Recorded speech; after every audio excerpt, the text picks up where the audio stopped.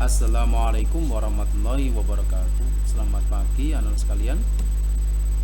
Kita sudah memasuki subtema 3. Sebelum kita mulai pembelajaran, berdoa dulu. Berdoa dimulai. Berdoa selesai. Nah, anak-anak sekalian, kelas 4 Safa, Marwah, dan Sina. Kita sudah memasuki subtema 3 tentang energi alternatif. Kita lihat pembahasan kali ini topiknya. Di materi PKN kita akan membahas tentang hak dan kewajiban terhadap sumber energi alternatif. Nah, di materi PS kita akan membahas tentang manfaat sumber daya alam. Di sini ya, ada manfaat sumber daya alam ini anak ya. Di materi IPA kita akan membahas tentang gaya. Di materi bahasa Indonesia tentang teks petunjuk. Dan di materi SPDP kita tidak membahas ini ya.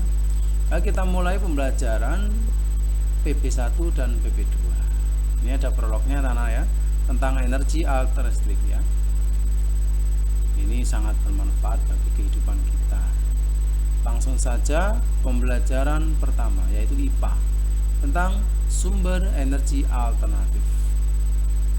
Ini ya, sumber energi yang sekarang ini banyak digunakan adalah minyak bumi dan batu bara. Minyak bumi dan batu bara merupakan salah satu sumber daya alam yang tidak dapat diperbarui dan suatu saat dapat habis. Maka dari itu kita perlu untuk menghemat energi. Selain menghemat penggunaan energi, kita juga dapat melakukan upaya yang lain, yaitu menggunakan sumber energi alternatif. Hal ini dikarenakan kita akan selalu terus-menerus memerlukan sumber energi dalam kehidupan sehari-hari. Selain sumber energi yang telah digunakan saat ini, kita harus berupaya untuk menggunakan sumber energi alternatif. Tahukah kamu apa saja sumber energi alternatif tersebut? Berikut adalah beberapa contoh sumber energi alternatif yang dapat digunakan sekarang ini. Ini kita akan bahas tentang sumber energi alternatif. Yang pertama adalah matahari ya anak-anak ya. Ini matahari, Pak Ars secara singkat saja. Ini adalah gambar sel mata. Apa itu matahari ya? Ini merupakan salah satu sumber energi terbesar di bumi. Ini ada gambar panel surya, anak ya. Jadi energi matahari itu masuk ke panel surya tadi untuk dihasilkan menjadi sumber energi. Kalian bisa membaca sendiri ya. Yang kedua adalah air. Nah, air juga sama. Air menyimpan energi yang luar biasa besarnya. Jadi air memiliki sifat selalu mengalir dari tempat yang tinggi ke tempat yang lebih rendah. Ini diubah menjadi energi listrik ya. Aliran yang tiada henti dan semakin deras akan menghasilkan daya listrik yang semakin besar. Ini anak-anak. Lihat gambarnya ini ya. Ini namanya PLTA. Jadi digunakan untuk tenaganya nih. Ini termasuk salah satu sumber energi alternatif. Kalian bisa membaca. Menggunakan putaran baling-baling ya. Baling-baling atau namanya turbin. Disebut juga dengan generator. Dilanjutkan dengan angin. Angin juga salah satu sumber energi alternatif. Selain air, angin juga memiliki energi yang luar biasa besarnya. Angin dapat dijadikan sebagai sumber energi alternatif.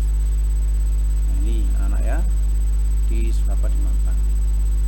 Ini namanya alat geraknya namanya adalah aerogenerator. Ini kalian baca sendiri ini. Kalau Pak belum baca nanti waktunya habis. Lanjutkan panas bumi. Nah, ternyata energi Indonesia ini memiliki banyak gunung berapi. Karena hal inilah Indonesia dikurniai sumber panas bumi yang berlimpah. Panas bumi atau geotermal dapat digunakan sebagai penggerak pada pembangkit listrik yang disebut pembangkit listrik panas bumi atau PLTB, panas bumi. Ini didapat dengan cara mengebor tanah di daerah yang berpotensi memiliki panas bumi. Tujuannya adalah untuk membuat lubang gas panas. Gas panas ini digunakan untuk memanaskan kettle uap sehingga upaya dapat menggerakkan turbin uap yang tersambung pada generator pembangkit listrik. Ini anak ya, tentang panas bumi. Dilanjutkan adalah biofuel. Biofuel merupakan bahan bakar cair yang berasal dari biomasa, terutama dari tumbuhan. Bentuknya biofuel yang paling sering ditemui adalah biodiesel dan bioetanol. Bioetanol adalah suatu jenis alkohol yang dapat dibuat dengan cara mengfermentasi karbohidrat atau reaksi kimia dari gas alam. Bioetanol dapat dibuat dari beberapa jenis tumbuhan yang memiliki kandungan karbohidrat tinggi. Jadi ini bioetanol dan biofuel. Yang keenam adalah biogas.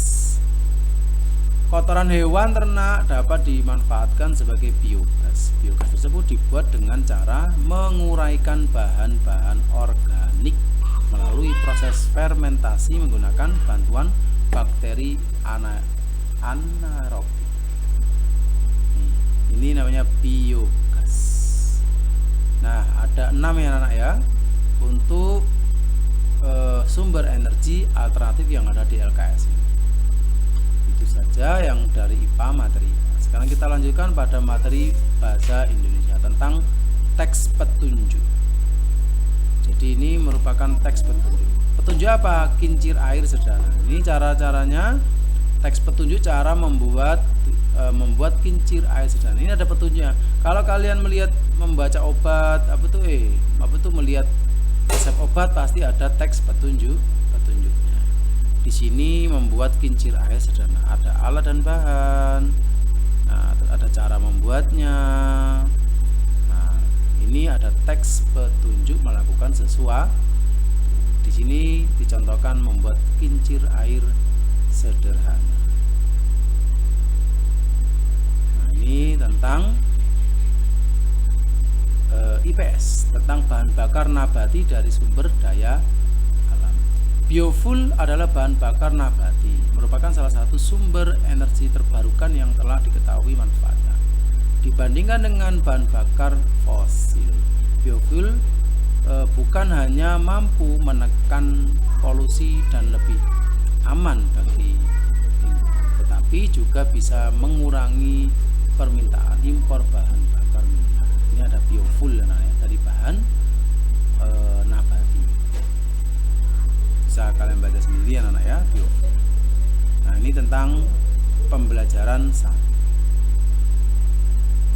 Ini ada soal-soalnya anak ya, bisa kalian kerjakan.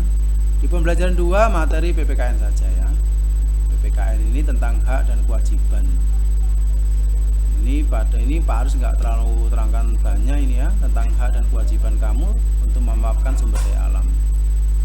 Di sini cara menghemat energi merupakan kewajiban semua orang. Haknya yang mendapatkan energi tadi, mendapatkan manfaatnya dari sumber energi tadi. Itu aja yang perlu Pak Guru sampaikan pada kalian semuanya. Bisa kalian mempelajari materi-materi yang ada di LKS ini secara singkat. Pak Guru, itu saja yang Pak Guru jelaskan. Bisa kalian kerjakan soal-soal penilaian 1 dan penilaian 2. Itu saja, kita tutup pembelajaran kali ini.